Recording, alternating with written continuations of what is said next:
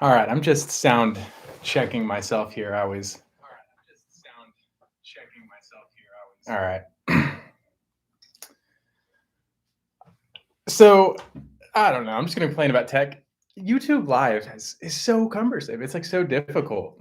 I always need help here. Um, all's good. If I look clear on my camera today, please let me know. There was a while where everything was a little bit blurry, but I think I figured it out. Dr. Shaw and I, Anna, hi. Dr. Shaw and I were working on getting some. Well, we were working on the camera for a long time, but neither of us, our strength is not this tech side of things, even just the most simple feature. All right. So yeah, I'm going to talk about some basic things, kind of the New Year's, new goals, what's achievable, what's not. I did see one question that I wanted to address just right off the bat because it does not come up, and I know this is like a very important thing. So this question, do you happen to, from Amelia, is do you happen to know the prognosis for early stage, early detected mycosis fungoides? So this is obviously like more medical derm stuff. This is actually a lymphoma, like a little skin cancer. It's pretty rare, so it's not something a lot of people hear about.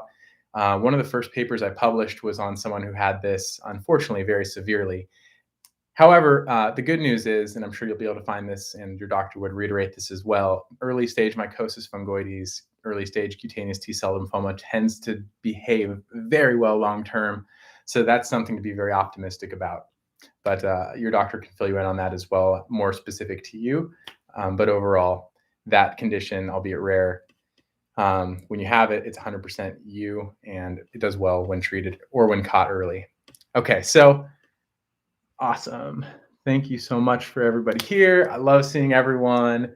Super excited to be here again. So I want to talk about a little bit about the goals thing and why I talked about it. I was watching the moisturizers video again that we had put up. And at one point, we're talking about the Neutrogena Rapid Wrinkle Repair Cream. And Dr. Schott and I talked about it before. And I was like, yeah, man, I bought this a long time ago. I really didn't like it. And he brought it up in a video and was like, yeah, you had some problems with this. And I realized, like I said in the video, it wasn't a problem with the cream itself. It was not a problem with the retinol. It was a problem with my expectations. And as people kind of like recenter, refocus, maybe do a little introspection at the beginning of the year related to skincare specifically, as like, you know what? One of my personal pet peeves and one thing I'm like really passionate about is making sure people know what like a reasonable endpoint is. Like, for example, for pores, like you go into a store seeing something on a brand, on a label, on an advertisement that says shrinks pores. And are you one of those people like I was who goes home and thinks, you know, in a week or two, I'm not going to have like any texture or any pores on my skin. I'm gonna have this like porcelain skin of a prepubescent child or something like that.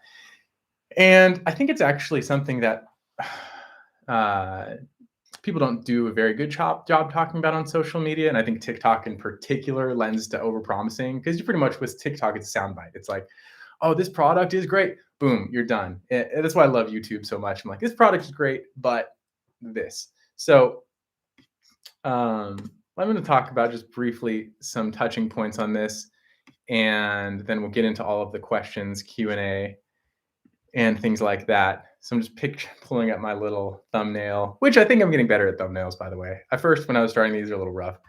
But anyway, so with acne, there are a few things in dermatology and skincare in particular that I actually think people may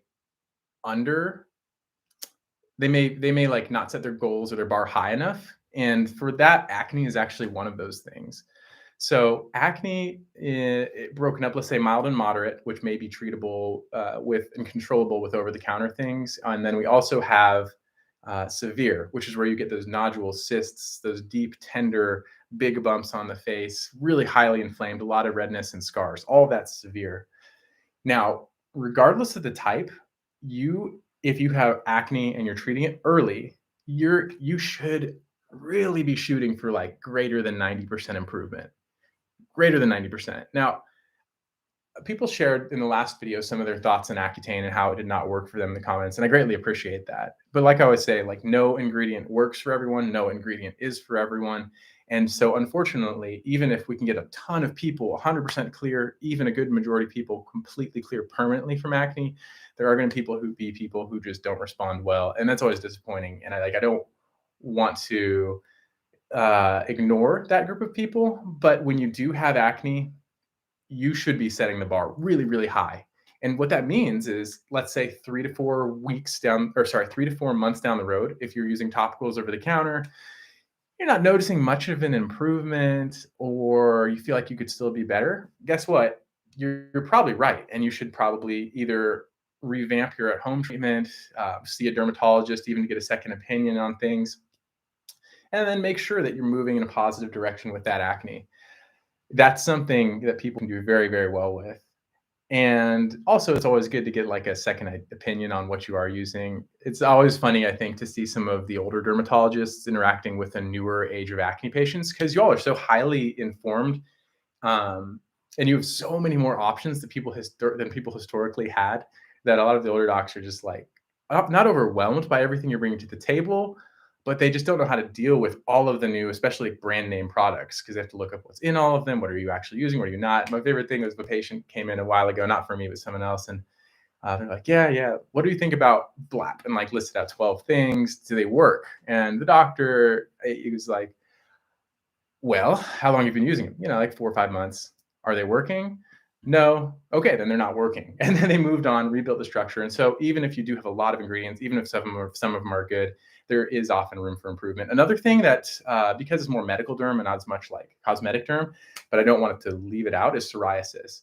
If you have psoriasis in 2022, there's like a reasonable chance you should be expecting like 100% clearance, 99% clearance, definitely greater than 90% improvement. The medications here have like revolutionized the dermatology and medical world in terms of effectiveness and safety. So if you have psoriasis, you should have extremely high goals for your skin health and improvement.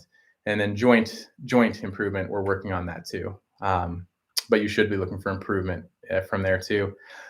Now, pores, I talked about this already. Reasonably setting expectation for pores is really important. Even in our pores video, we never wanted to make the claim like you can obliterate your pores, you can get rid of your pores. And obviously, the whole thrust of the video was like, you can't completely shrink your pores, unfortunately. But, I was going to bring a whiteboard in here. I'm so disappointed in myself. Okay, but to treat your pores, you have to treat two things. We don't have animations, and I was like, okay, I'm going to draw pictures today, next time. But anyway, so with the pores, you have the oil gland, and let's say you commit to treating that extremely effectively, like with Accutane. And so you shrink the oil gland, permanently atrophy the oil gland to some extent with, let's say, like a 3-month course of Accutane, just purely talking about pores here.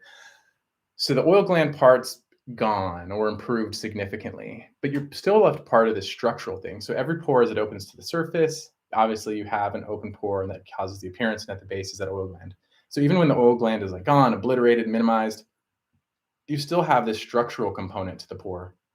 And that is actually the most refractory and most difficult thing to treat, because to really reshape and restructure this, you may find yourself needing to be really aggressive. So a lot of these over-the-counter things are very helpful, like retinoids increase the cell turnover, obviously alpha hydroxy acids exfoliate, and this can kind of tighten them up, I'd say. So for expectations wise, you can tighten up the pores with those sorts of things that exfoliate, rebuild collagen, restructure things subtly. Now, this next step, if you want to go, so you went from here to here. Now, let's say you want to go from here to here. You really might have to increase your investment quite a bit. CO2 laser, we always talk about, really heavy hitting peels that are usually done in doctor's offices, or some peels are done in the OR, because the depth at which you would need to really get to really reshape that skin structure can be pretty extravagant, pretty exceptional. So just know that if you have a lot of pores, large pores, one, it's normal. Obviously, we always try to reiterate what's normal. But if you really want to invest and you're not seeing any progress, I highly recommend seeing a dermatologist. But I actually would highly recommend seeing a dermatologist who has a particular interest in cosmetics, peels, CO2 laser, or a plastic surgeon who often uses some of the same tools like lasers and as well. And then let's see here. Lastly, okay, this little tidbit: hair growth and hair removal. So I'm gonna start with hair growth because I want to end my little rant on the hair removal part.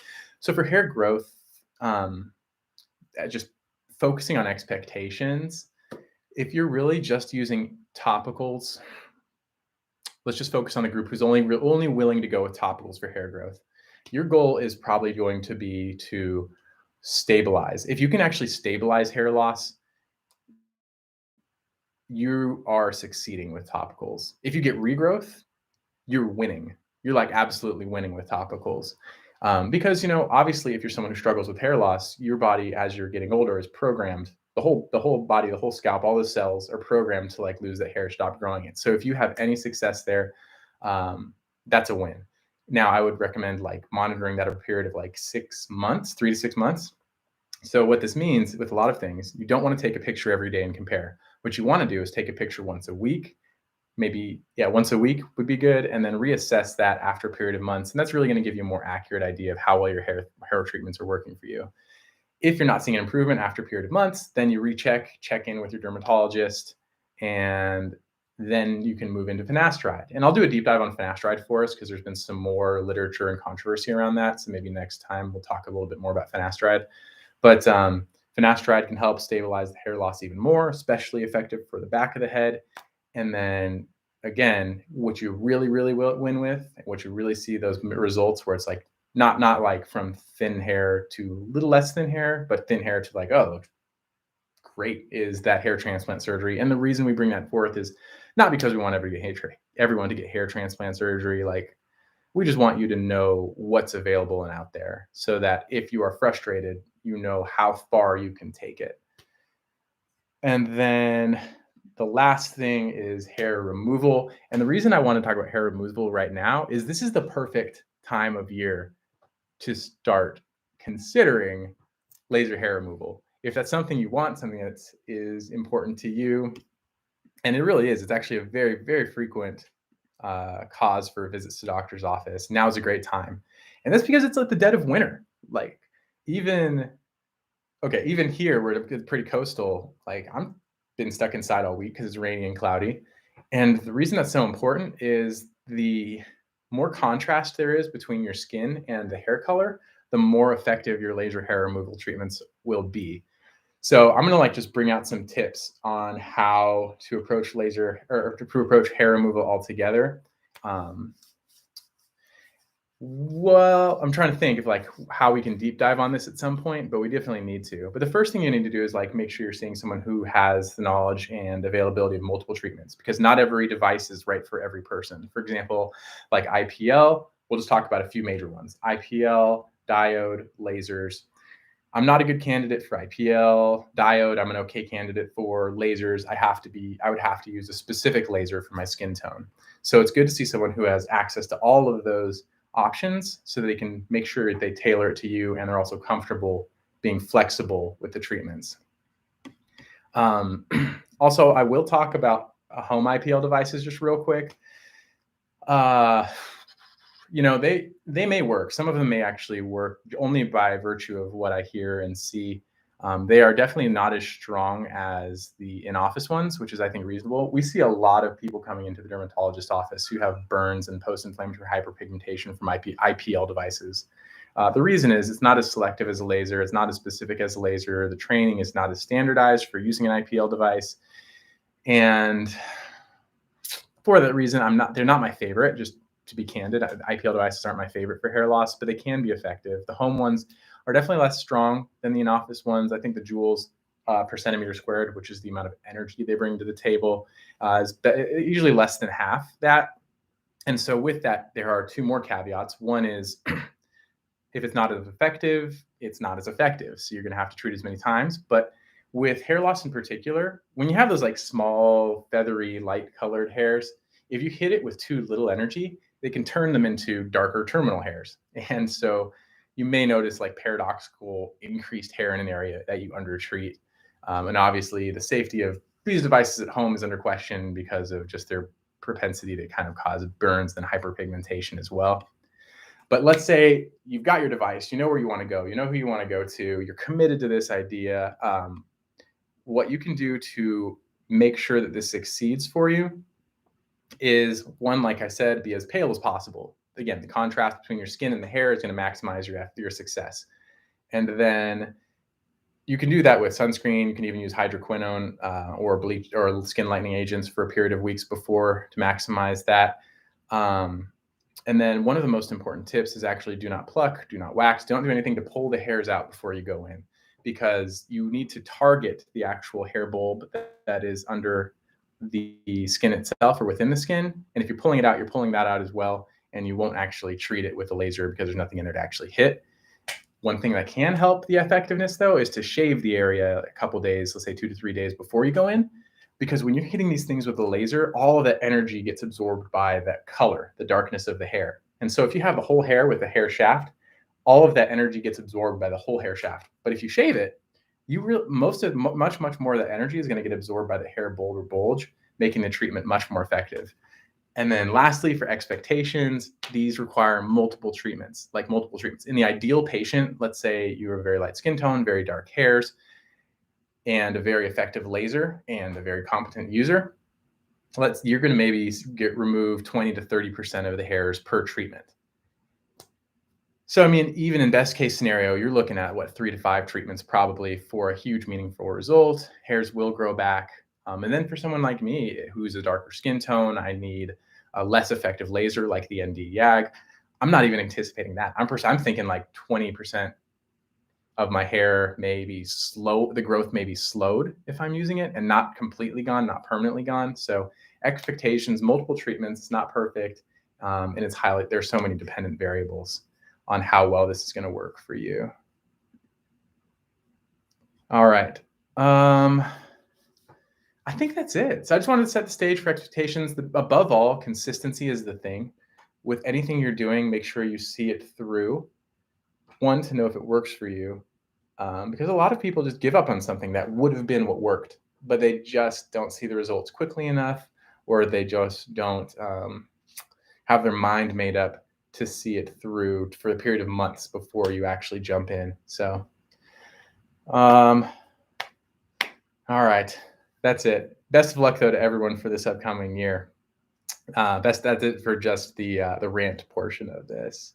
So now we'll get to some of the questions, and let's see where we start. And as always, just for anyone who's new to these lives, I jump around in the questions to the old ones to the new ones because I want to make sure I try to get the original questions and don't just scan over those that were asked earlier.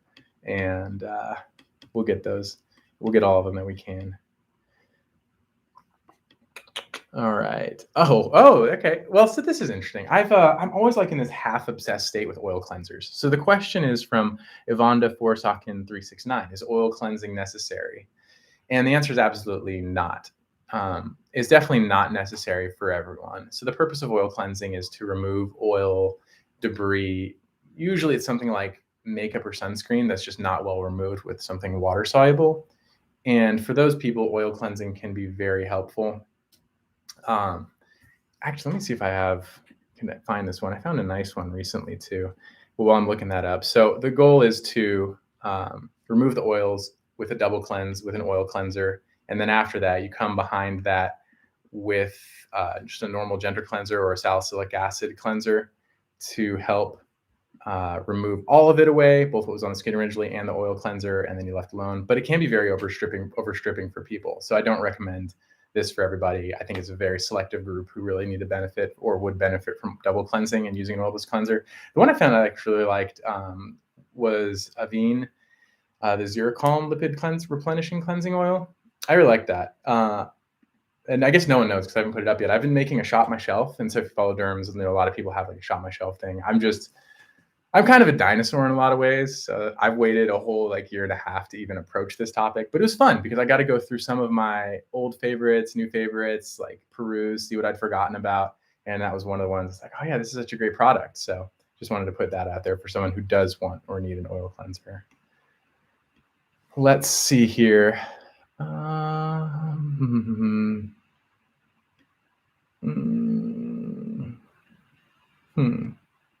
This is an interesting question, and I'll just throw this caveat out there early again, like I do sometimes. Sometimes I'll see an interesting question. I don't have an answer off the top of my head, but I want to think through it out loud.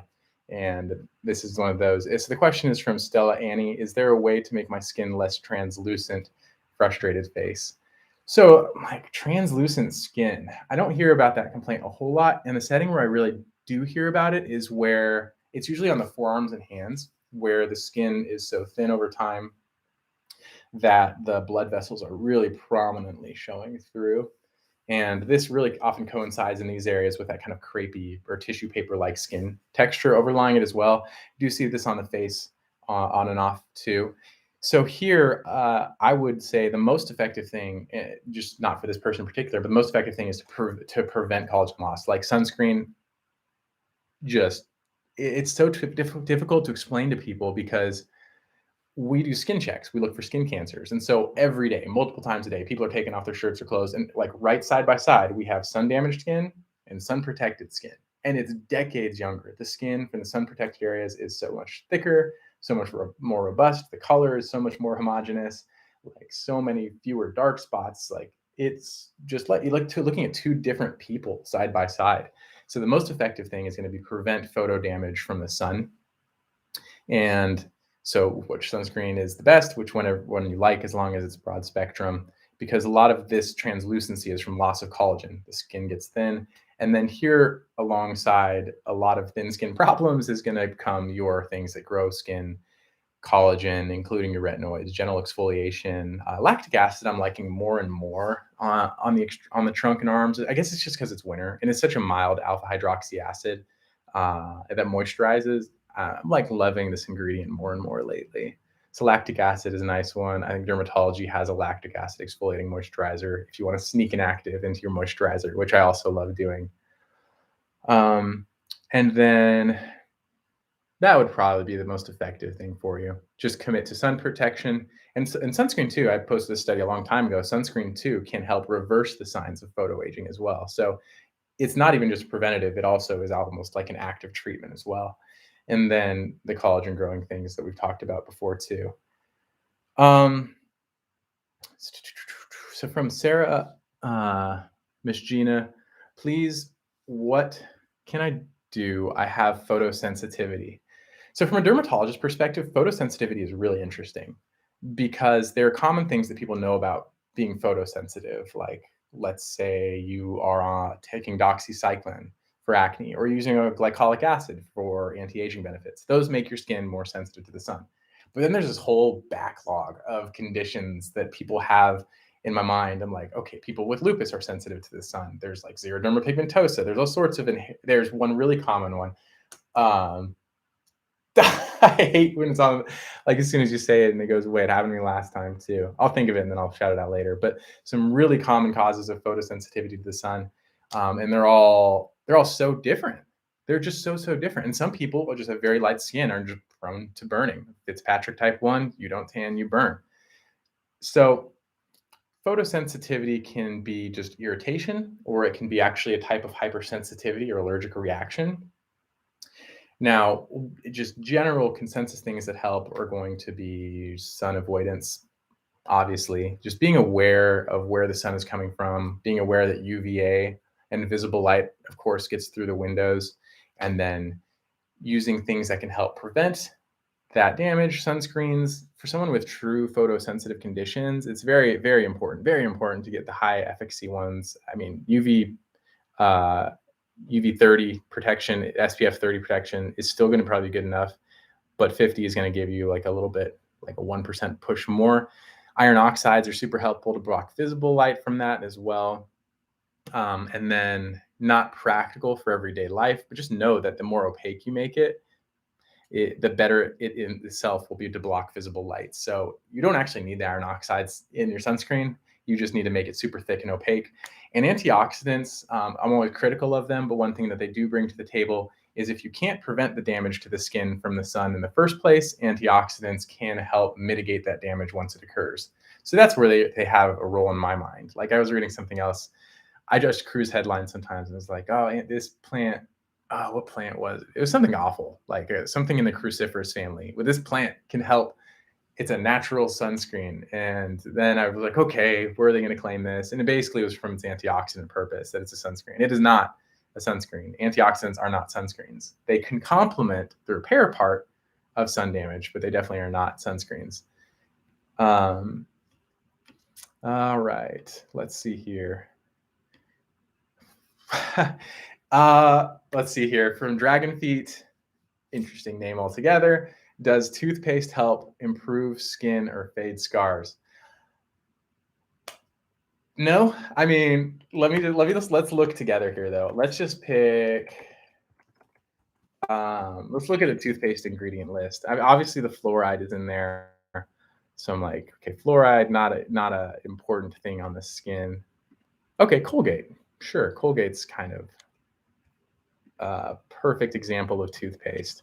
Another thing toothpaste have in them, as I pull up this ingredient list, is toothpaste have a form of not exfoliator, but there is a mechanical portion to it that helps you actually remove debris from your teeth.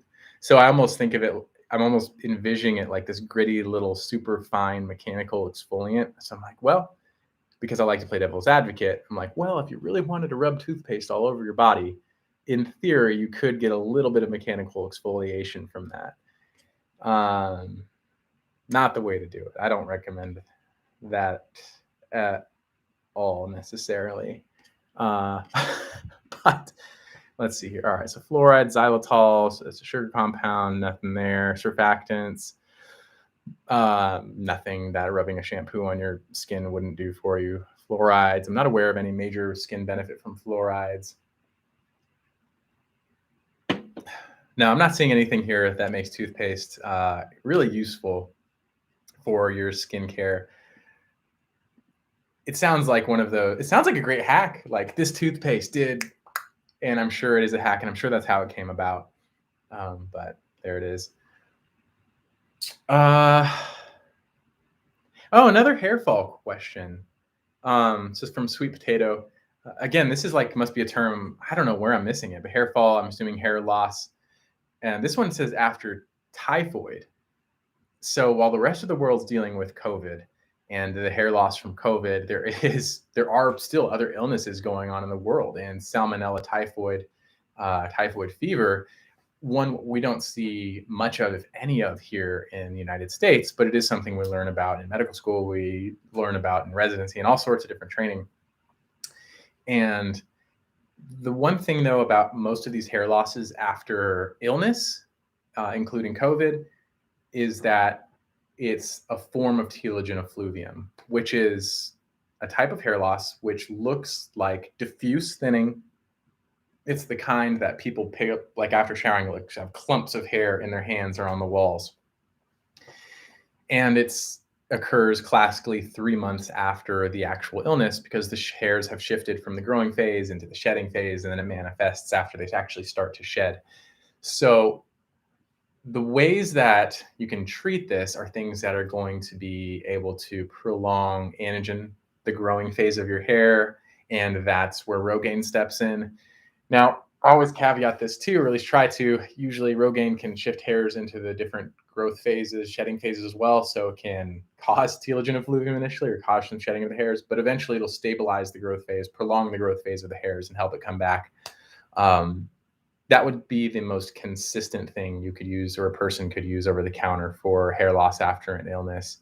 Now, I always wondered about this too, especially since COVID. We've seen so much hair loss from COVID over the last year, 2 years. I don't know how long it's been now, but the one thing I always wonder is people who are on things like finasteride or using other topical medications like caffeine, green tea, taking pumpkin seed oil. All of these things have some role in helping with hair loss. And I actually wonder if taking these, like if you're already taking them, or you start taking them when you shortly after becoming sick, if this would actually help stabilize the hair cycle and help prevent the telogen effluvium from occurring. No data on this, but for a lot of these things that are pretty safe, like pumpkin seed oil, topical green tea, topical caffeine, and Rogaine, yes, is safe as well. I would probably start taking that actually, or using that before the hair loss occurred, if possible, to try to minimize the effects of telogen effluvium, which often resolves on its own. So the vast majority of people who are going to get hair loss after being sick, thankfully, the vast majority are going to get their hair back to what it was before. For people who have pattern or androgenic alopecia and get telogen effluvium, you know what, I just find that it just unmasks that underlying pattern hormonal hair loss, and a lot of times it never looks quite as full as it used to. And I think what it is when you have that pattern hair loss, your hair is already shifting into that miniaturized vellus hair form. And when you lose them, maybe you're going to lose them 5 years down the road, 1 year down the road, 2 years down the road, but now you've lost them because of an illness. And I feel like they don't all come back. So that's one exception to people who would improve. So there's that. Okay. Oh yeah, this is good. So from Ibrahim, one question, please. I have a thyroid problem. Can I go for laser to remove facial hair? So whenever we're talking about laser hair removal, especially in the office with a person like in front of us, we do consider medical problems for excessive hair growth. And one of the most common ones is polycystic ovarian syndrome. And so we do consider these things.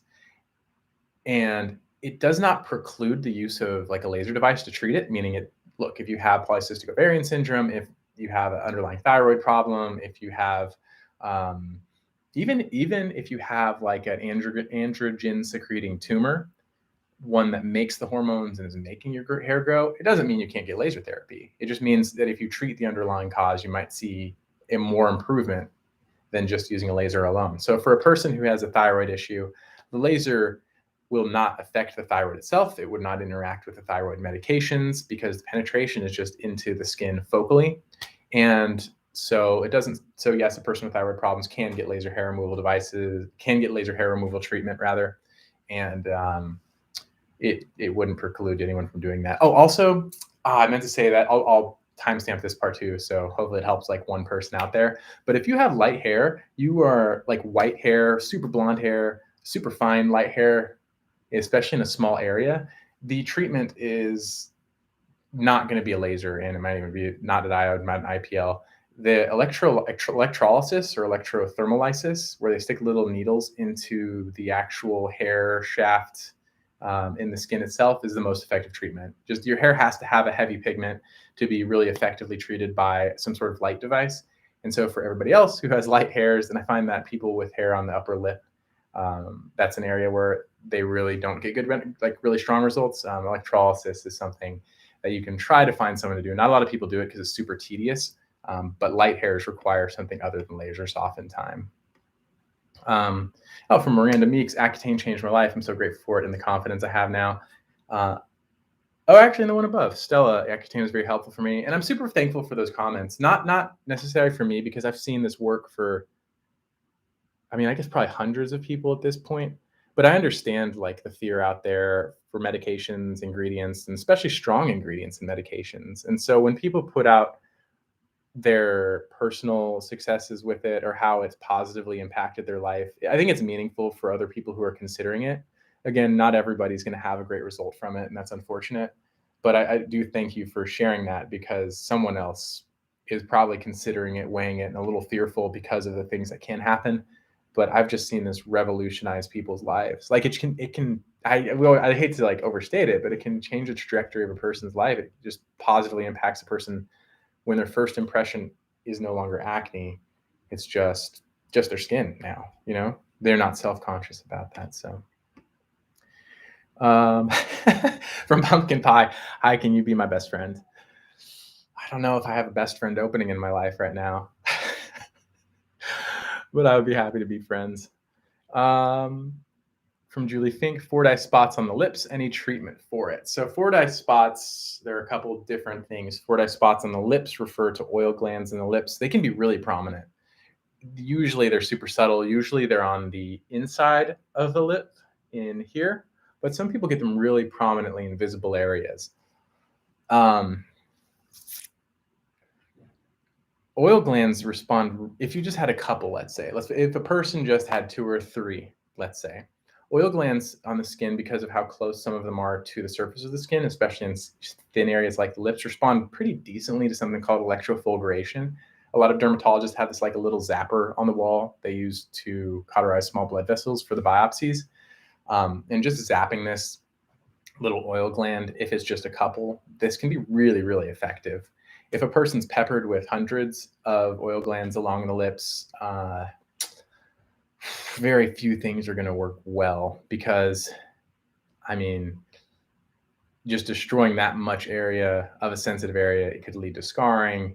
So the hope would be that you just have a few, but something like even just electrofulguration can be pretty helpful, where you just zap it. As far as topicals, um, it's tough because I'm thinking of these oil glands on our lips. They provide the oil, moisture, and so let's play that devil's advocate game. Let's say you commit to the most strong thing and you can get it, Accutane, that permanently shrinks oil glands.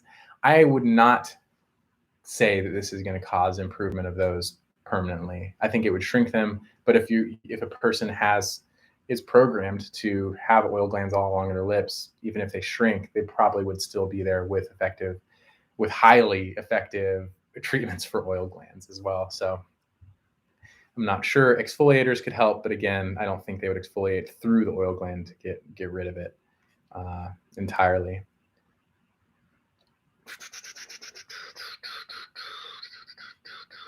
Let's see here. RR, I saw your video on how to apply vitamin C, and I was wondering why there's no moisturizer, just straight to sunscreen.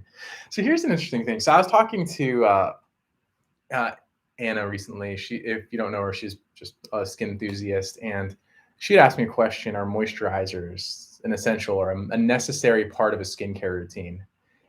And I hadn't ever publicly said it, but the answer is probably no. And not everybody, especially someone who has oily skin and lives in a hot, humid environment, desperately needs a moisturizer in their skincare routine, because the oil on their skin is going to help preventing its transepidermal water loss. And then the other side of that too is sunscreens, and we do talk about this, can double as your moisturizer. So for me, I do use moisturizers pretty darn consistently in the winter here. On my face, I mean. For my body, I use them all year round, but for my face, I do use them pretty consistently.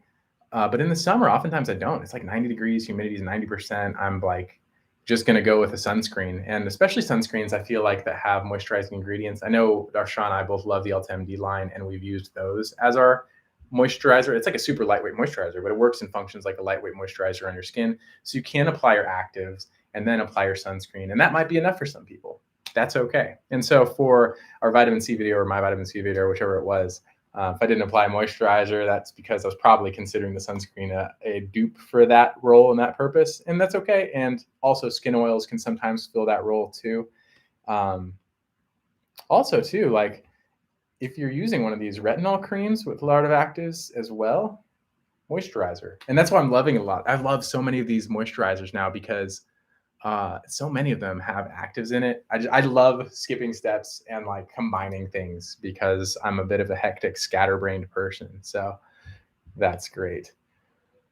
All right. So from Diana Leal, can you please talk about oral supplements? Okay, I'm gonna scroll to the bottom of the chat. If you're still here, are there any oral supplements you're particularly interested in? And I will talk about it now. I'll just start talking. I'll start talking, and if you bring up an individual one, we can talk about that too. So oral supplements have a key word in there: supplement. To have a supplement, it should be introducing something into your diet that you do not already have or you do not have enough of. Right? So that's why I'm a little bit skeptical of collagen supplements, at least in their ability to grow collagen. Because for, let's say, the United States, historically, we may be the largest consumers of meat, and we might have the most abundant essential amino acids in our diet in the history of the world. And so the idea that your body needs more collagen, which is broken down and absorbed as amino acids in your diet to help your skin in that case, especially your collagen, I'm like, man, that just does not make much sense. And then the same thing is with biotin as well. Unfortunately, I believe biotin levels are not something that are routinely collected in the national and international nutritional databases. So I can't speak to the prevalence of biotin deficiency, but it's found in a lot of different things. And so I'm always a skeptic at first when it comes to supplementation, and then I'll look at the physiology and data and let that try to sway me. But that's my kind of base position about that. So a biotin supplements, not a huge fan of for hair growth. If a person is biotin deficient, of course, I'm 100% certain it will be helpful in some way. Zinc supplements. And look, there's some data that shows biotin supplements can be helpful for the hair, I think to a greater extent than the skin and nails. And it is fairly benign because you pee it out. We always talk about biotin supplements and how they can mess with your cardiac enzyme labs, your thyroid labs. So it's not completely benign and innocuous to take biotin supplements, but you do kind of pee out the excess. So in some ways, it's not that strong. Let's see here. Oh yeah. Okay. Okay. Thank you. Wait, Hafsa, cod liver oil, and zinc. So we'll start with the zinc, I guess. Zinc supplements. So zinc is foundational, along with a lot of these supplements in the skin's ability to function. Zinc deficiency is not that prevalent, or at least where I'm at as well. I have seen it in the hospital reasonably a couple of times, along with vitamin C deficiencies. And so we know what the extremes look like that from the books and in the real world. It's also touted heavily here as being an immune supplement booster. And I'll give it this: zinc has more evidence and more physiology that it could boost your immune system than vitamin C tremendously. So, do I take zinc when I have a cold? I do. I do. I don't wholeheartedly believe that it helps with your immune system if you have a baseline healthy immune system and no zinc deficiency. But I think it can help. It's fairly innocuous. Do I think it's going to help your skin? Not to a meaningful extent. And then for vitamin C, similar thing. If you're vitamin C deficient, which some people are, especially if you have malabsorption problems, heavy drinker, older age, we do see it on occasion. The problem is with most of these things that I'm talking about, we just get an abundance of them in your diet. It's even with cereals, all these things are fortified so heavily with insane amounts of vitamins that it's like supranormal levels of vitamins. It's tough to make a case for where to where they would be super helpful for the skin. Now, collagen supplements are interesting because I'm always harsh on them in their amino acid breakdown and absorption problem. But then collagen also has this ability to hydrate as well because it's molecular size, especially when it's applied topically. And so I'm like, I think, and the data on collagen isn't bad, by the way. Like the studies on collagen make me question myself. I'm like, maybe there's some benefit, but for me, it comes down to the base physiology. It just doesn't make sense physiologically how in my world environment, how they could be that helpful. But I do think that for people who are like very restrictive diets or don't get a large amount of plant-based or meat-based essential amino acids.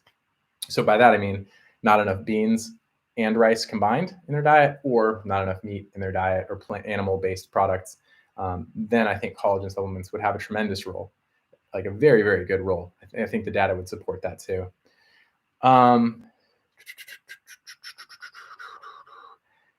Let's see here. I don't take a collagen supplement. Which collagen supplement do you take? I don't take any. And I think Dr. Shaw said that too when we're talking about our natural hair hacks. Like we're so used to as doctors, like things having such rigid studies behind them, such rigid like guidelines and formulary regulation. Like when we prescribe something, even sunscreen kind of falls in that way. And obviously sunscreen isn't very flawed, but we expect it to be reproducible, consistent. Everything that's on the label should be in there in the quantities it says. And so when it comes to supplements, we don't really have favorite supplement brands. I don't really have a favorite supplement brand right now because there's not a lot of oversight. And so I don't have a ton of confidence that they're delivering exactly what they say they're delivering. In fact, there was that study I talked about last week with retinols, that the amount of retinol in these over-the-counter products is like from 0 to 500% what they say on the labels. So it's always a hit or miss over the counter when it comes to that.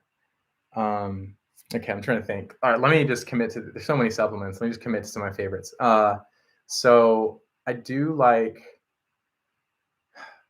okay, so I actually do kind of like pumpkin seed oil, in part because it does have some data for the hair. It's also pretty benign, and not a lot of supplements, including biotin, I think, really can promise like hair growth. So it fills a role that's like highly needed. So I actually don't mind pumpkin seed oil. Skeptical, don't mind it. Vitamin C, there is some data there that it can help grow collagen and help provide your body with the building blocks that you need for skincare health.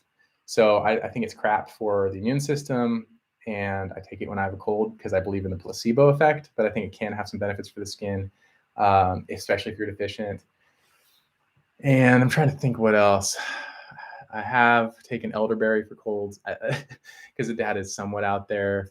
For skin, I think taking a lot of these very healthy oils, like I do think vitamin E can be helpful as well. So okay, let's see. Moving on from supplements, only because I feel like that could be an hour-long video in and of itself. From NAFA1, do you think laser hair removal can help with keratosis pilaris of the arms? So laser hair removal and treating KP or strawberry chicken skin on the arms, it's very interesting. So when I had started residency, like I'm not a resident anymore. When there was one of the residents at the time, she was like really, really, really wanting, the KP on her arms drove her nuts, and she really wanted to get laser hair removal on it. And the reason why you would think this would work is because, again, I wish I had my whiteboard. When you talk about keratosis pilaris, you have this like hair follicle right here, and you have this extra skin buildup around the hair follicle. And then you have inflammation, just a smattering of a little bit of inflammation here at the base. And so if you treat the hair follicle, that part's gone. And you're like, maybe that would help close it up. That would help decrease the inflammation that is centered around the hair follicle. And so I think it can be helpful for some people. And unfortunately, with keratosis pilaris, we do not have a treatment that works consistently, including laser hair removal. So if you had access to one, price is not an option, or you can find like a dermatology residency and get on a training day or something like that. Laser hair removal for KP, I think, is a reasonable try. It won't work for everybody, though. Wait, what did I see there? Okay, let's see here. So from Anakrita Raj, can eczema-prone skin use retinol without the risk of irritation? Can you suggest some products for targeting anti-aging? Oh, this is a good question for eczema-prone skin. This is tough, and I feel you. This whole combination of like sensitive skin plus acne, sensitive skin plus anti-aging, sensitive skin plus hyperpigmentation is very difficult.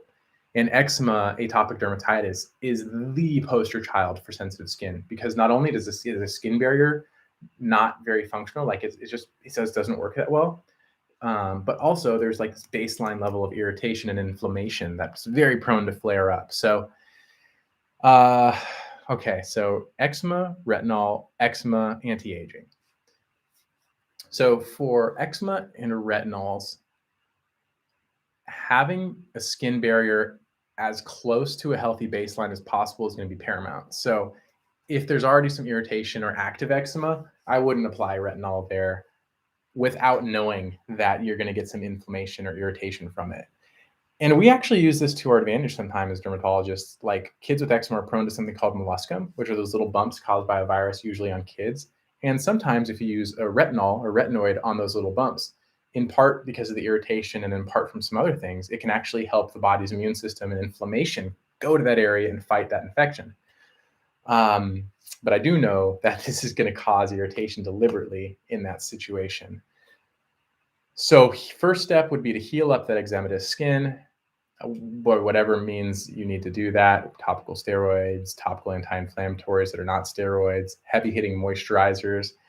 CeraVe is nothing else but predictable, and the ceramides in that brand's moisturizers, creams, ointments are something that eczematous skin really needs. So getting that skin as healthy as you can at baseline, and then using a gentle retinol. So I talked last week about retinols in depth. One of the ones that can be pretty nice, I'm trying to think, I would use maybe like the Granactive retinol. It's pretty stable. It's a lower percentage. And the benefit of using something like that from the ordinary is you're not getting a lot of other confounding ingredients. So because a person's skin is prone to irritation or inflammation, minimizing ingredients is also important. So just using a pure retinol that's like a weak one, lower concentration, lower strength, might be pretty helpful to see if you can tolerate it. Conversely, though, the other alternative would be to find one that's like already in a moisturizing cream. And so the Olay one is really nice. Like that Olay Regenerist one is really nice because It has peptides in it. It is fragrance free as well. You got to go with fragrance free if you have eczema. Like, I don't hate fragrance, but if you have eczema, I hate fragrance. Fragrance. It's not for people with sensitive or eczema skin. And then it also has niacinamide in it. So 1, skin healthy at baseline. 2, picking either a solo gentle retinol or a retinol mixed with moisturizers and other soothing ingredients. And then 3, just like when any, or 4, just like when any other person starts a retinol, you need to space it out. So starting off slow, working your way up to it is going to be one of the most important things a person could do. Let's see. And other anti-aging things for retinol. Bakuchiol is like very well tolerated. What it may lack in studies, like it makes up for in profile. It's pretty darn mild. It's a lot less irritating. Peptides are another thing that long-term may have some benefits. Topical peptides, and super well tolerated, very mild. Again, that Olay Regenerist has some peptides in it as well. Niacinamide is very hit or miss. Niacinamide is interesting because for a lot of people and in a lot of the studies, it's touted as a soothing ingredient, and it can be. But I just anecdotally from feedback in the real world, feedback on social media, people can get irritation from niacinamide. So it's hit or miss. The person would need to know how they respond to it, I think, if they have eczema as well. Exfoliation is definitely out for someone with eczema looking for anti-aging. If you really had to do it, I would go with the PHAs or mandelic acid.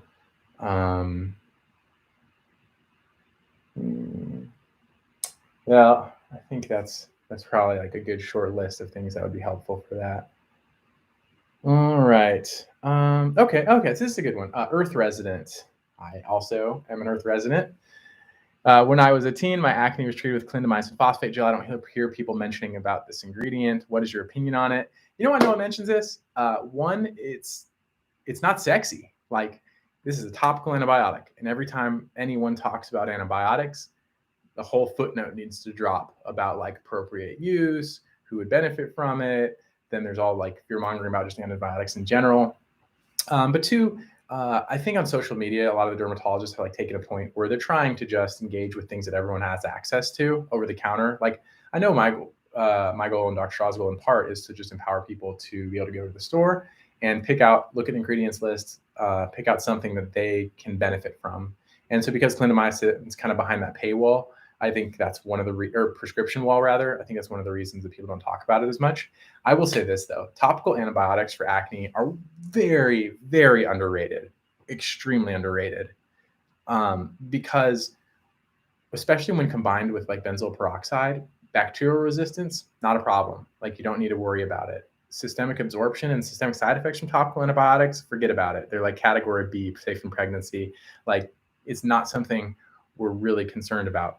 Systemic absorption. And then gentleness. A lot of acne ingredients are gentle or are irritating. It's not some of the topical antibiotics. They're actually pretty darn well tolerated, especially when compared to some of the other acne ingredients. So I appreciate you bringing that up, that they do a ton of work. They're highly effective. They play very well with benzoyl peroxide and retinoids.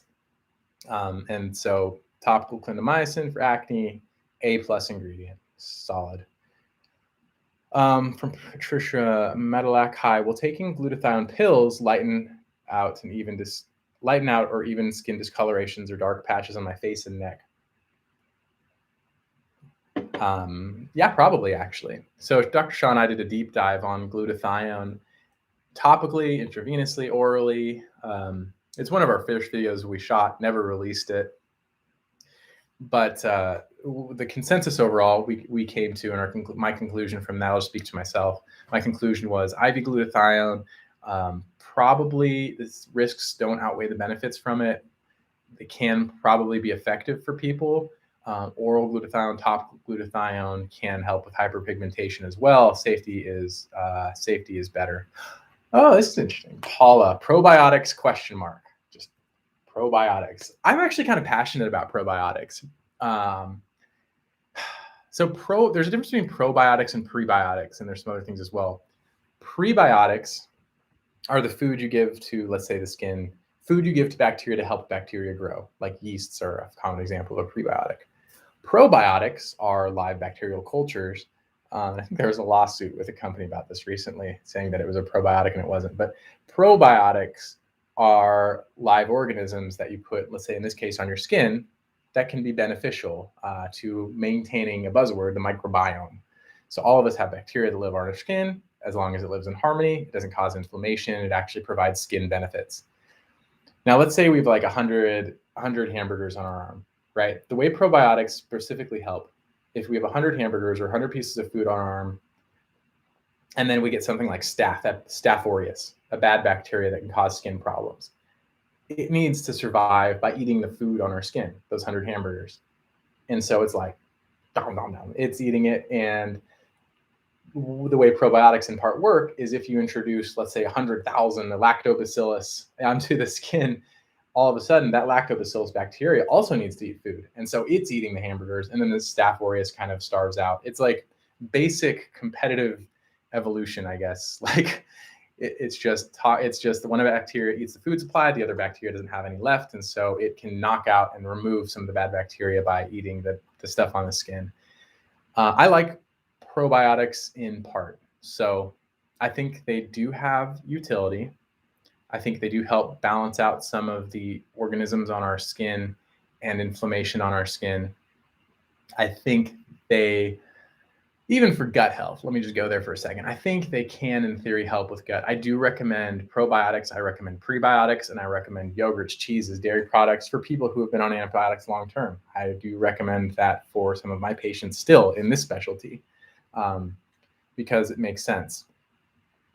They do kind of fall into that category of ingredients. I think that just wildly overpromises. And I think less now than when they first came out. But I think probiotics were one of those cure-all things for a while. And I'm like very much against stuff like that. So they have a role, and I don't. They have a role. I don't think they can do as much as some people think. Let's see. Let's see here. Ooh, let's see here. So this is from Nicholas Mahler. 9 months after laser treatment for acne scars, my skin is still red. What can I do? I regret it so much. That's like really disappointing to hear. But not impossible to hear. I mean, lasers are one of those highly effective things, but they're not benign. They're not inert. They cause a lot of damage to the skin. And there is some redness associated, definitely post-procedurally, but even I guess some long-term redness in here as well. The most important thing, by the way, if you're going to commit to like a long-term laser treatment, is building a relationship with your doctor or a dermatologist or plastic surgeon, whoever's going to be doing it, because it's really important that you feel like you've that you have the relationship, that you can be open and return to that doctor who did the procedure. Because to be honest, the best person who's going to be able to help you fix any of the problems is the person who did it usually. Now, maybe there, I know there are some like incompetent people out there, or stuff just goes bad, but like, because you have a relationship with that person, because that person did the procedure, they're usually actually be the best people to go to about how to fix the procedure. For example, like a part of what I do treating skin cancers, we do have to rearrange a lot on people's faces, and cosmetics is very important to us. After we remove the skin cancer, the main goal is cosmetic outcome. And so if we're doing a complex or difficult closure, I'm very candid in my Mo's attending. He's very candid with the patients, and he just built this into me. It's just, you tell them, hey, 3 months down the road, 6 months down the road, if you have any textural color problems, anything like that, come to me, we'll fix it. And so there are a lot of things you can do. For redness in particular, it's usually a vessel problem. Depending on the largeness of the vessels, depending on the size, maybe even a vascular laser here. I hate to say problems with one laser, fix it with another laser, but the vascular lasers do a really good job at treating some of those persistently dilated blood vessels. From that, after a period of 9 months, it's probably pretty reasonable to come back and hit that with a vascular laser at this point. Topically, redness is very difficult. I say this in a lot of my videos, but this red flushing thing, because it's like the permanent vessel dilation, it can be very, very difficult to treat with topicals. Like things that calm inflammation and soothe, like Centella asiatica, we talk about, can help sometimes. Dr. Jart's Camo tiger camo drops or something like that is like a nice makeup plus soother. None of these are going to have meaningful permanent results as far as getting rid of the redness, just because of what the redness is actually from. But that's an option for helping to treat some of the persistent redness. Oh, okay. Oh, darn it. So I'm trying to read the comments, but sometimes it moves while I'm looking at them. All right, let's see here. Hydroquinone from Mortuza. Hydroquinone good or bad for the skin? Age 22, skin type acne prone. Hydroquinone is the premier hyperpigmentation ingredient. It's what I weigh every hyperpigmentation treatment against. And so, is it good for the skin? Bad for the skin?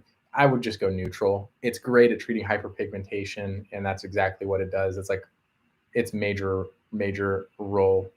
So it's off. It's not over the counter here anymore, but I don't know. Let's see here. It's still worth investing in if hyperpigmentation is your concern. Any other concern? Don't worry about it. Hyperpigmentation, go for it. Let's see here. This is interesting. Wait. From Judina McCluskey. Are there any topical treatments for hirsutism caused by androgen hypersensitivity? Could minoxidil work? So androgen hypersensitivity, there are a lot of different conditions, and it's a whole spectrum of where your cells, let's say, respond to your hormone levels differently. So let's say we all have the same amount of testosterone in our bodies. One person's receptors on their cells might be super sensitive to it. And so this can present in a lot of different ways, either excess hair growth in traditionally masculine areas or excess hair loss on the scalp. Oh no, comment has moved. So what could be done for the extra hair there? Would minoxidil help? I mean, minoxidil traditionally grows hair. It's a vasodilator. No, so minoxidil will not help removing or slowing down that excess hair. There is something though called a fluorinethine. I haven't used it a whole lot myself. This is a prescription. The brand name, Vanica, fluorinethine, but it actually can prolong the shedding phase, and this might be a prescription medication that can be actually helpful in a specific situation. And then there's Winlevi, a topical anti-androgen. It's for acne, but I think over the years, I'm very interested to see what this medication can do. It's like a topical spironolactone, basically, and it can blunt your cells locally to the hormone levels that are circulating. Might be helpful as well. To be honest, though, androgen hypersensitivity is a pretty strong set of conditions, so I think that you're going to be stuck using the things that everyone else is kind of stuck with, like laser hair removal and everything else. Okay. So this is exactly it. So we're talking about photosensitive conditions, and someone brought one up. So this is from Raina. Hey, doc, I have a lupus and a malar rash. So lupus, systemic lupus, acute lupus, basically it's a sun-sensitive condition, and one of the features of it is this like redness right here. We call it like a butterfly rash just because of the distribution. Any pointers on how to fade this butterfly rash? Happy New Year from New York City. Thank you so much for the Happy New Year.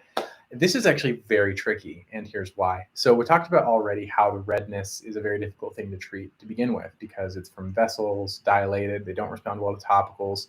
They do respond very well to light therapies like laser.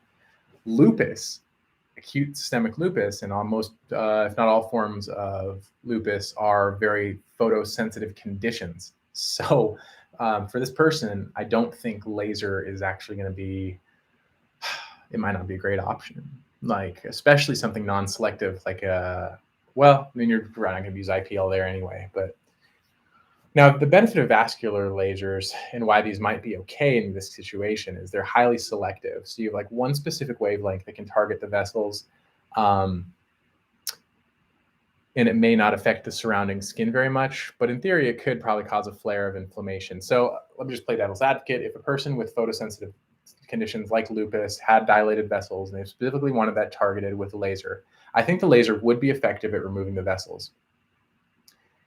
I think you would need to have a good long discussion with your doctor about whether it's right or not for you. It would be the most effective thing. I think you could actually have success with this though, but there is always the risk of aggravating the lupus because it is a light therapy, but because of the selectivity of lasers, I think it's possible to do benefit from it. Again, the same list of things with redness might apply.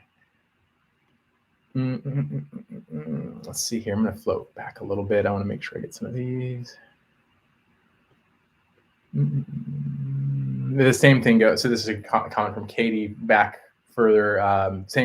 She asked about broken blood vessels on the skin from trauma. Same thing, same treatments. Like topicals are going to disappoint consistently, but lasers can be highly effective. And honestly, sometimes I think that procedures, I always think of them as like prohibitively expensive procedures.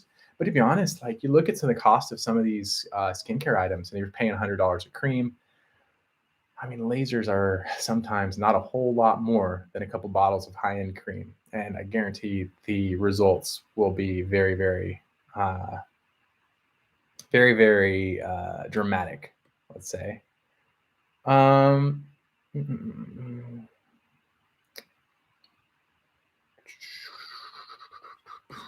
Let's see.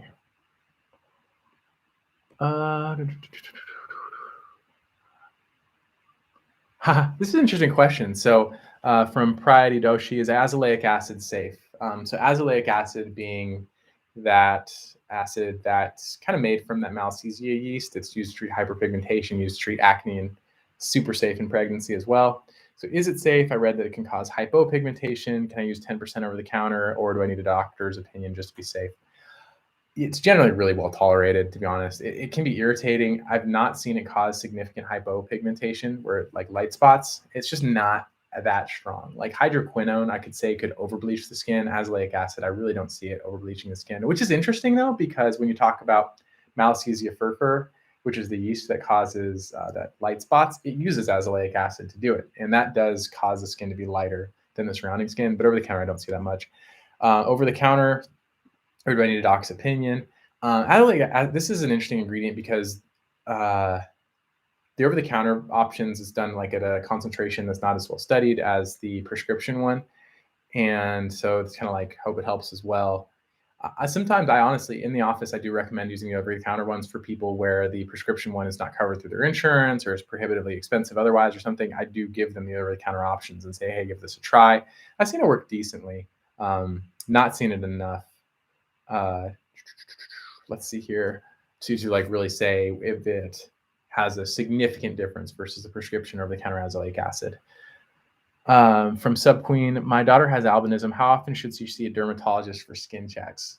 So albinism, there are a lot of different types of albinism, but basically the most common types, tyrosinase, that pigment making enzyme, is where it doesn't work well. And so in the more common types, people just are very light skinned. They have very light hair.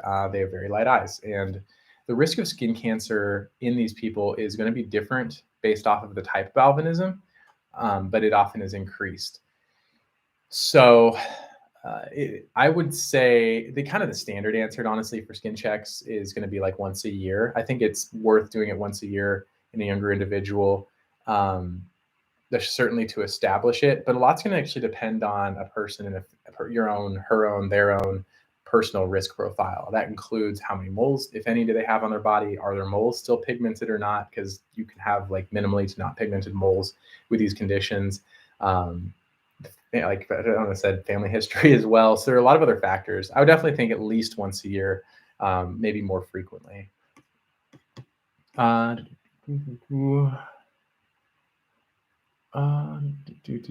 okay. This is interesting too. So kind of on the same thought, we have Gabriella Chiodo. What are your recommendations for lightning skin affected by vitiligo?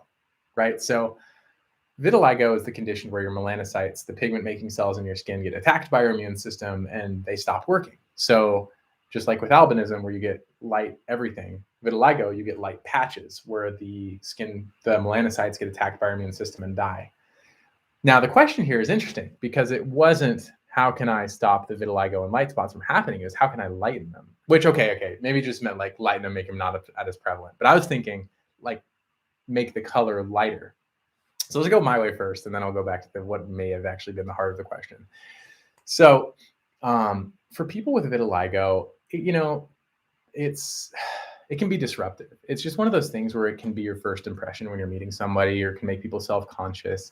And so I understand people's desires to get effective treatment for vitiligo or to just make it go away. Like, I wholeheartedly understand that. And I'm very thankful for a lot of the movements to kind of normalize it and just put it in the public awareness so that it's not as shocking when people meet someone with it for the first time.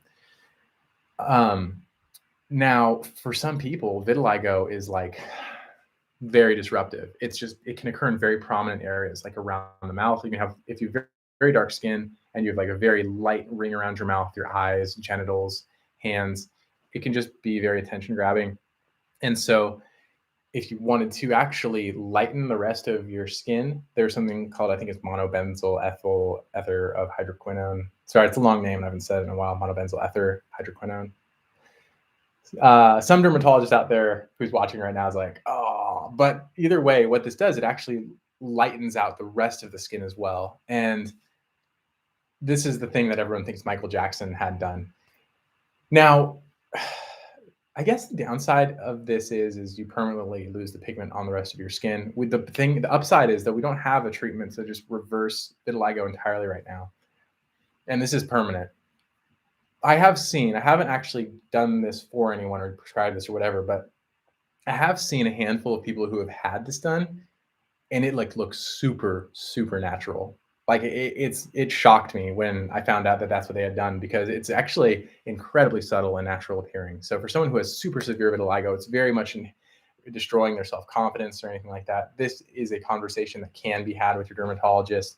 I've seen great, incredible natural looking results from it. It sounds weird, but I think Michael Jackson was the aberration because of the amount of plastic surgery he had done. He was prominent. People had seen him before and after. It just it made it look like, I think anything he would have done would have looked unnatural, but in the real world, just my personal experience, it can look really good.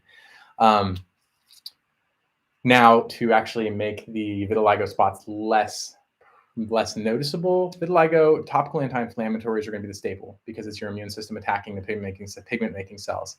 So topical steroids can work short term, as always. Topical non-steroid anti-inflammatories can help soften it up.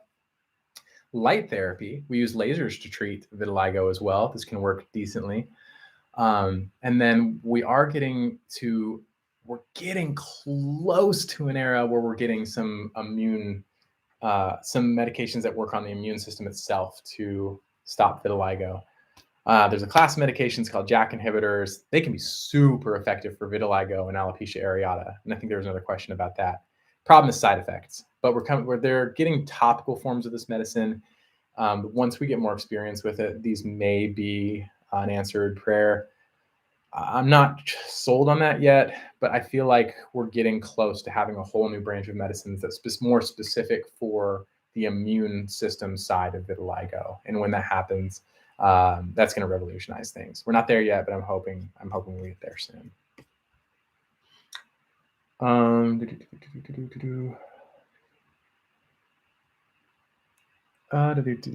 should I treat and moisturize the skin under my beard? This is actually a tough question. Should I simply ignore that skin? Basically, Dr. Shah does it in his TikToks. It obviously depends on the length of your beard. Dr. Shah's beard, I would venture, and the longest I've ever let my facial hair grow, you can get a lightweight moisturizer and get it through the beard if you really work it into it. If you use something that is, if you use a serum, for example, that has hydrating things like a hyaluronic acid serum or a squalane oil, not a serum, but a squalane oil, either one of those is going to penetrate a lot better. You can work it into the beard, work it through the beard to get the skin. Squalane oil I actually like, argan oil I like, because not only will they moisturize the skin, but they actually kind of give the beard a nice kept look. Those are great options to kind of do double duty there.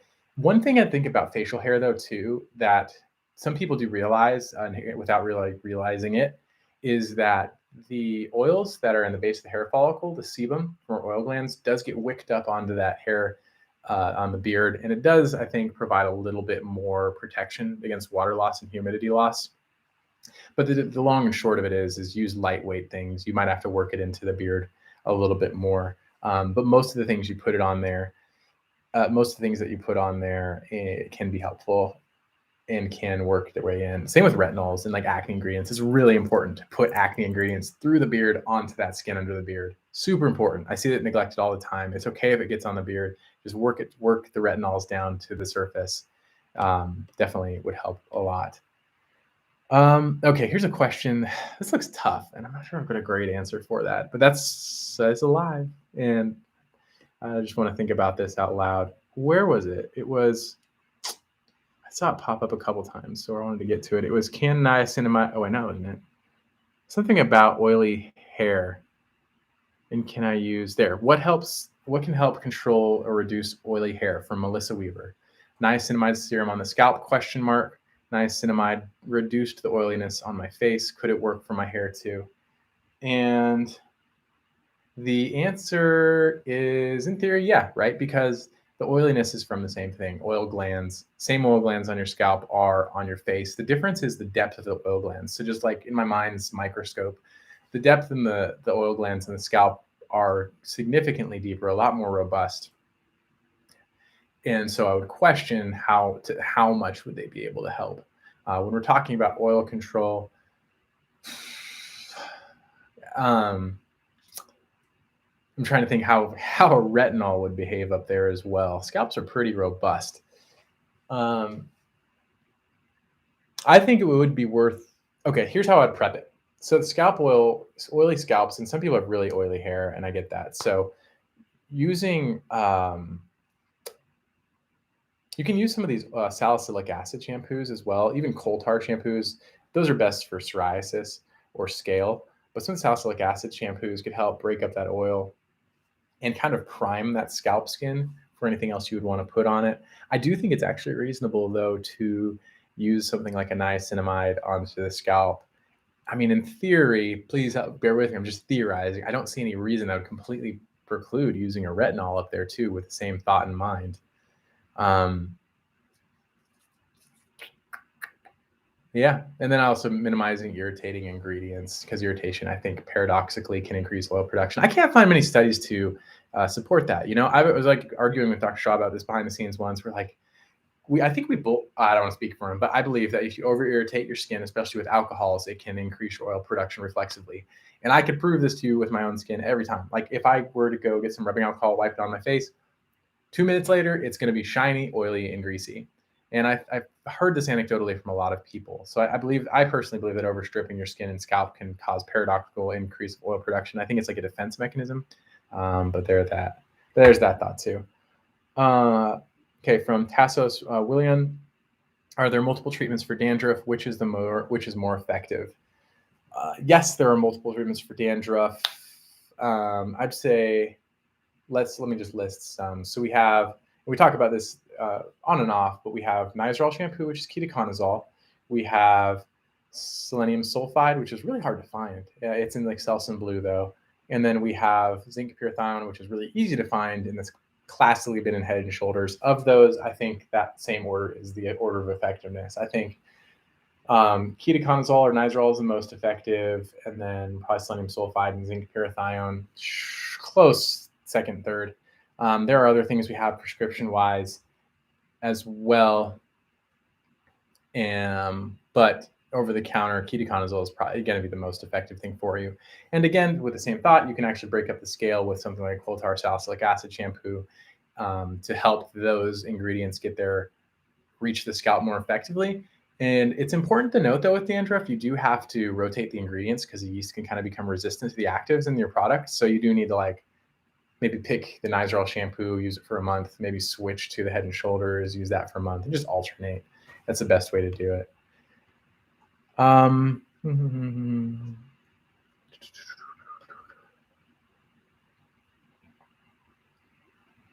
Wait.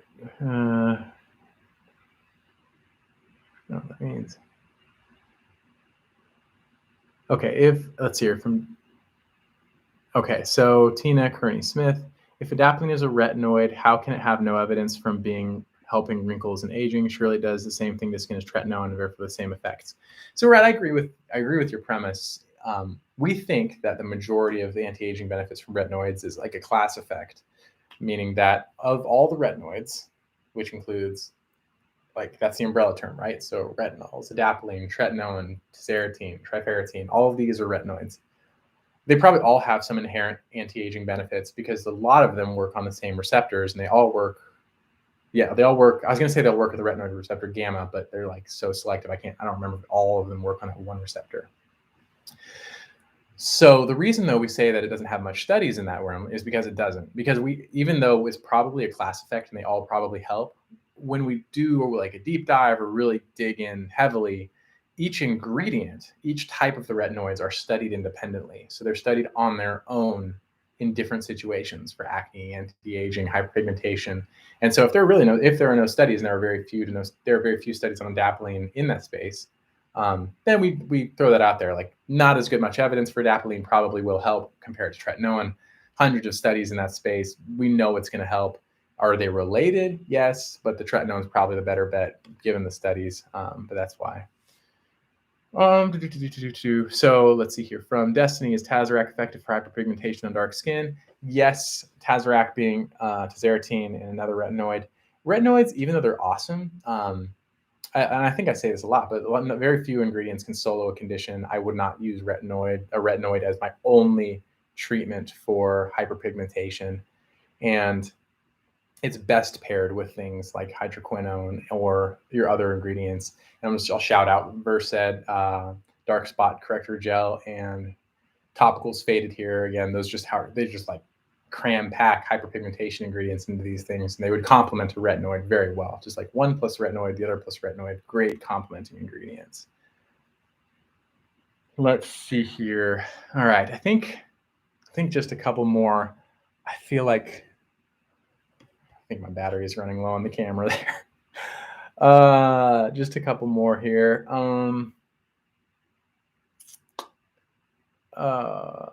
This is a little tough too. From Celine Carey, question: what is the best treatment for pitted cheeks from acne scars for Fitzpatrick 5 and 6? So here's why this is actually a little bit tough. So pitted, we're talking about deep acne scars plus very dark skin tone. And so the risk with the most effective treatments for scar treatments, those being like ablative treatments like CO2 lasers, deep peels, the risk is always post-inflammatory hyperpigmentation, and it can be really prominent, and darker skin tones are much more prone to this. So this is where you could consider something like microneedling, where it's safe in darker skin tones. There's a risk of irritation and post-inflammatory hyperpigmentation, but it's a lot less so than the CO2 laser. A lot less so. And there's also the risk, I was even thinking if you did a TCA cross here where you put the high concentration peel just in the base of each of those scars, the problem is you not only can get dark spots, which may blend in with darker skin, but you also get light spots. And so you could end up with like really apparent like polka dot light spots. So that's tough too. I would have to venture microneedling might be the best first thought for deeper scars in that dark of a skin tone. I saw something too, stretch marks. Stretch marks are so tough. And I think I've said this before in a previous live or previous video. I've talked about, I made a whole video for stretch marks, and I didn't put it up on my Instagram because I just feel like the treatment of stretch marks can be disappointing. Like, I just feel like even if I say X, Y, and Z helps, most people are going to be disappointed with the results. But I'll lay it out there for you. Here it goes. Early stretch marks, which are characterized by inflammation and redness, can be helped with things like retinoids. The data shows that can help with that. Obviously, vascular lasers treat the redness itself, and they may actually help some of the early structural changes of the stretch marks. When you get to like that late stage stretch mark, it's like lighter, atrophic, like that tissue paper like quality. And I have stretch marks myself. I mean, almost everybody does, but I have a decent amount of stretch marks as well. Topicals really underperform. A lot of studies, even on retinoids, have shown that they do not help consistently for people. Is it worth a try? Yeah, anything that grows collagen, it's worth a try there. Retinoids, exfoliation, and alpha hydroxy acids being some of the more robust, like glycolic acid. In there, you might actually, I'm trying to think, I have it over there, Dermatologist Choice, they have a free glycolic acid, super strong glycolic acid peels, used with caution always, but those can help grow collagen pretty effectively on areas that may not be as sensitive as the face. And then you go into procedural things. Microneedling has been shown to help. CO2 lasers, ablative lasers, the same kind of characteristic things when you talk about skin growth and collagen growth and resurfacing may be helpful. Venture, they're never going to fade to 100% normal. The damage in the skin is pretty extreme, and stretch marks will never return to baseline, but they can definitely be softened and minimized. But like pores, they're never going to go away altogether. Let's see here. Some say that we shouldn't use vitamin C in active acne because it can worsen it. I don't know now if vitamin C is good or not for acne-prone skin. My main thought with vitamin C in acne, it's obviously not an acne treatment. Whether it's going to cause acne to be worse, I think the main thing there is just irritation. Anything that irritates the skin that's used on active acne can worsen the acne and make the inflammation worse. So we don't microneedle over active acne bumps. We don't dermaplane over active acne inflammatory bumps. Vitamin C, if a person tolerates it well, I actually don't feel like it actually would worsens the acne very much, if at all. So if the acne is under control, if you tolerate the vitamin C without irritation, I think it's fine to use. The question is, what are you doing for your skin? It would be to help maybe even out some of the pigment from the acne bumps and obviously some of the anti-aging effects as well. Ayushi Gupta. Hello, doctor. Is vitamin E effective for dark circles under the eyes? Vitamin E. I roasted it so long ago, and I've since softened my position because now I feel like it's not as hyped as it used to be. Vitamin E is fine. It's an emollient. There's a study showing that it can be irritating. In the study, it showed that it was a really common cause of contact dermatitis. I think that study very much overrepresented it. I think it can be irritating, especially straight from the vitamin E capsules. It doesn't have a whole lot of direct benefits to the skin. I do not think it's going to be that helpful under the eyes. It basically is just an oil that can be outperformed by other oils. It's a strong antioxidant, no doubt. But I don't think it's going to be helpful in that situation.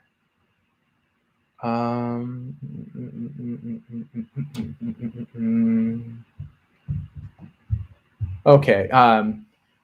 Angel Monroy, why don't scars go away if the skin is replaced? And why do some fade but not go away completely? So my whiteboard, I'm dying. I just want to draw on my surfboard. I don't have a dry erase marker though, or any marker, but let's see how I can visualize this.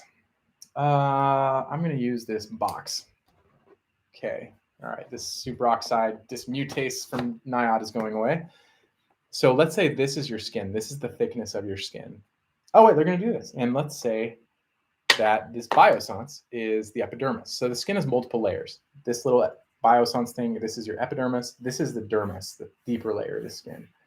So scars actually more involve the dermis than the epidermis. And the epidermis is what's changed and turned over every 28 days. This dermis, if we're looking for a scar under the microscope, this is where it happens. All of this collagen, all of these elastic fibers, the collagen gets reorganized. It gets big, bumpy, wavy. The elastic fibers are lost. And so even though this skin is continually turning over, and yes, your dermis turns over too, the structure of your dermis really does not change significantly as far as remodeling and healing. And that's where the scar changes are going to stay present. So this is why, even though this skin turns over, is healthy, this does not as much. And so it's the depth of the scar that causes it to not be it doesn't just heal. But interesting thing too, this is just our bodies. We heal with scars. We heal in that deeper layer of the skin. Before we're born, we actually don't. We regenerate. Unfortunately, for whatever reason, we don't regenerate after we leave the womb. So the scarring process is all that we're left with. And they do fade because even though the dermis does not get turned over like the epidermis, it does reorganize and heal with time. We do see scar changes and scars remodel with time, even under the microscope as well. All right, let me just do. I said two more before, but I really probably should just do two more here. Uh, um, oh, okay. This is actually a really good question. Believe it or not, I don't like. So this question is for Karima.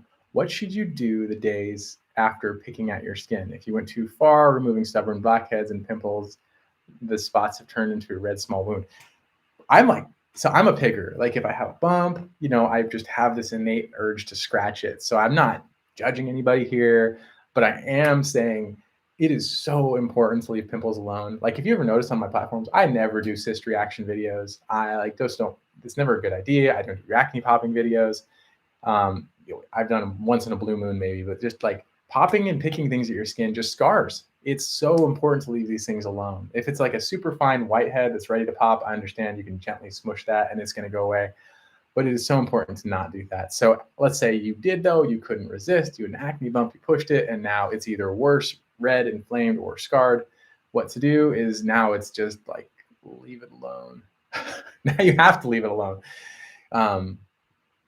You can I'm trying to think, truthfully, just candidly, the most effective thing for some of these deeper acne scars, especially when acne bumps, rather, once they're inflamed, highly inflamed or like a little bit of cyst, is to inject them with a steroid, just like a drop. Sometimes we do that before big events for people to help them go away quicker because it just calms down that inflammation super quick. So you can spot treat these still. So let's say you picked at it, the acne bump is still there. You can spot treat it. Hydrocolloid patch maybe, or using benzoyl peroxide, retinoids, salicylic acid spot treatments can help fade it after that. Otherwise, let's say you did successfully pop it, but now it is just a dark spot. It's inflamed. It's just like a little scar waiting to happen. Just treat it gently. Like you can still use a retinoid over it, moisturize to keep your hands off of it, and it is going to heal. All right, last one. Sorry. Oh, okay. Okay, this is from Anna Uriel. What is your opinion on under the eye tear trough fillers? So this goes back to that dark circles topic. So fillers are different than Botox, just setting the stage. Botox stops movement, fillers fill space. Putting it under the eye can be very effective. And so because of that, like I would never advise anyone, I would never tell everyone not to do it because in an experienced hand, it can be very safe. It can be very effective. And more than any topical treatment, you're going to get the results you were looking for. Of course, they're temporary, but under the eye fillers can really fill that volume under the eye, really soften dark circles, really soften the sallowness, really help replace some of the aging face changes. The key, though, is making sure you're seeing someone who is experienced, and even dermatologists. Like we did train with fillers extensively during residency.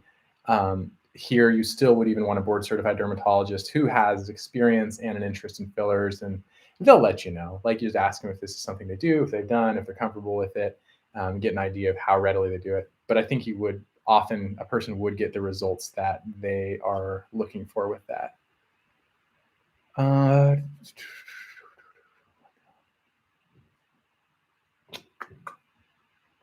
I use vitamin C and tretinoin together? Yes, absolutely.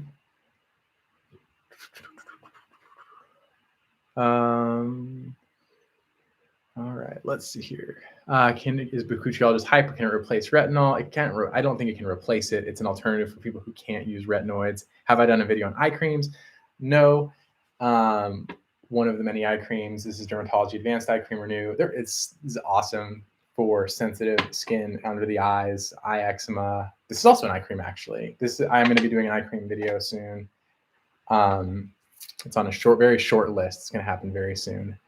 Is shea butter and cocoa butter actually doing good for dry skin in the face, or is shea butter and cocoa butter actually good for dry skin on the face, or only in the body?